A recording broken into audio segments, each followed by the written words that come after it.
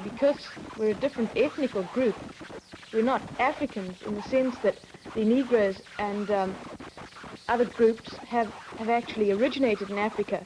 But I consider South Africa my homeland and my fatherland, and I always will. And there is a misconception that exists.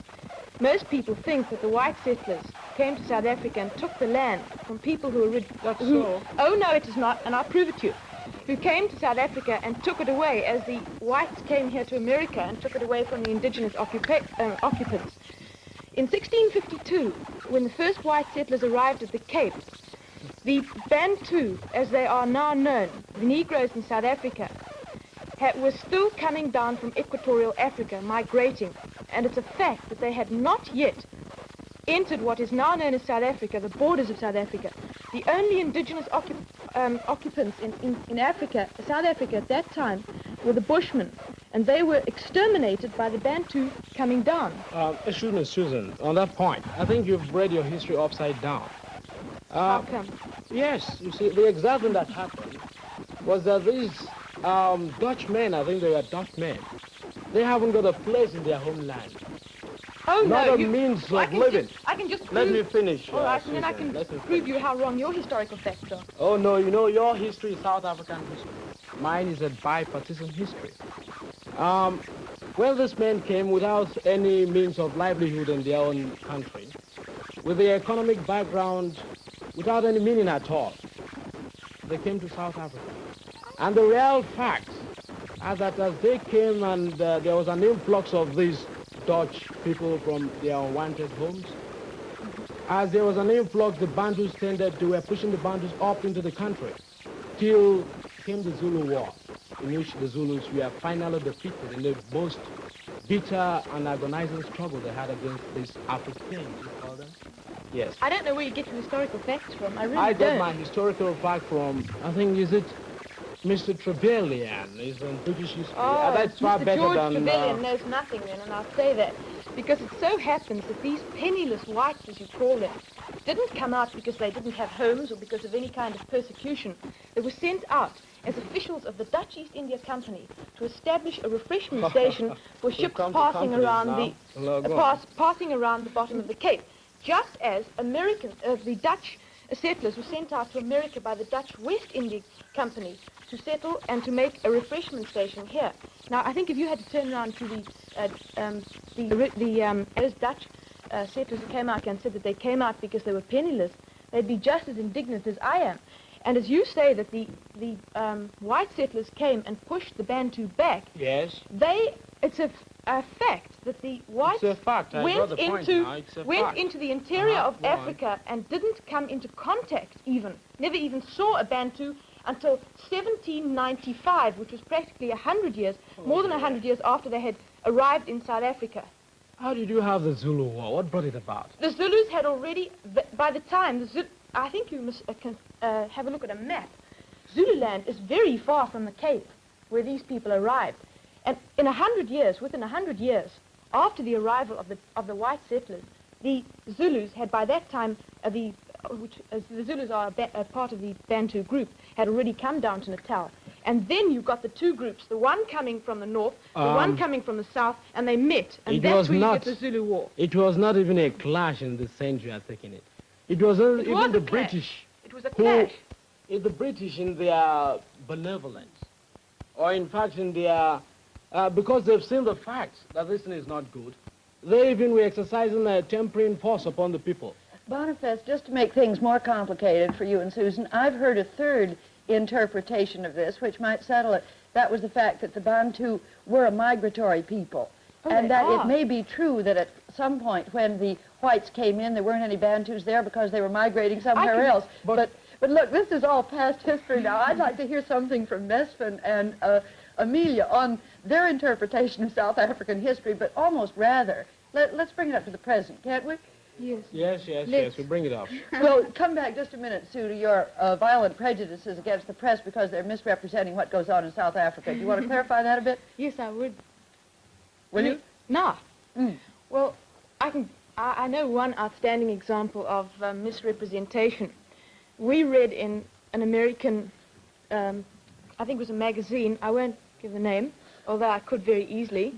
This journalist quoted Dr. D.F. Malan, who is an ex-Prime Minister of South Africa, as saying, and I quote, "The Negro does not need a home.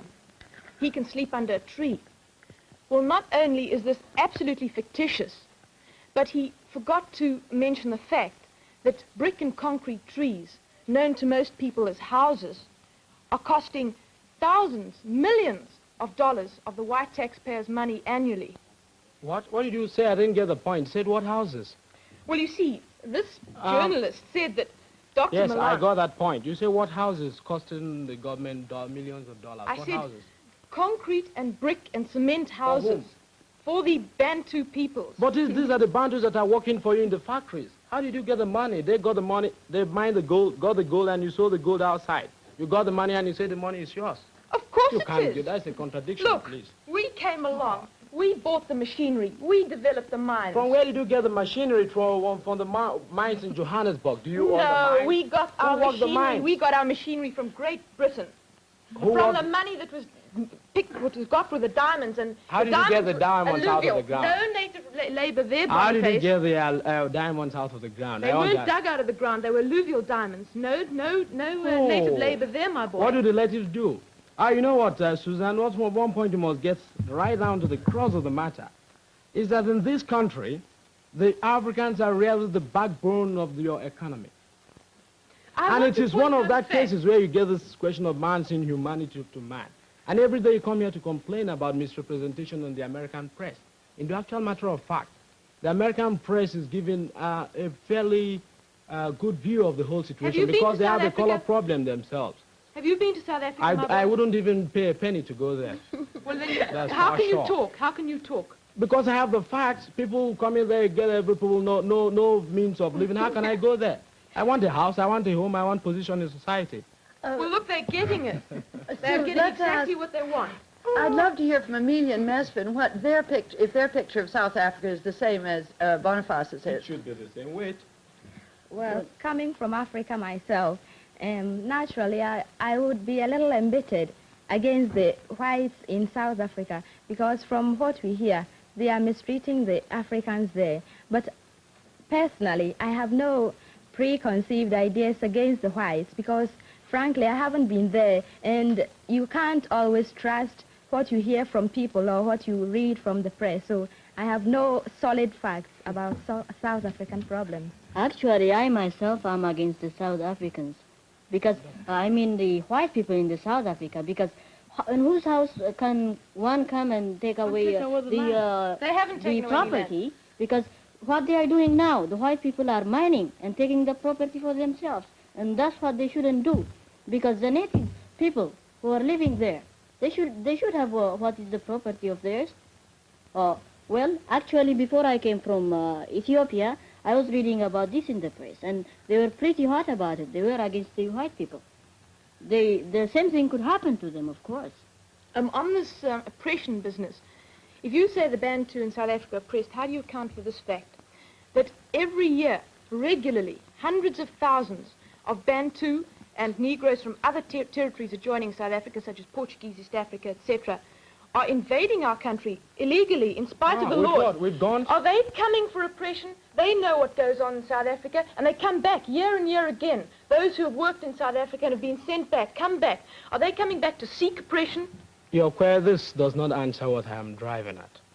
The Africans have the land. They Oh, were no, there they do before not you. have the land, and they were mine not the there gold. before us. All right, wait a minute, Susan. Let me get my point straight before you go.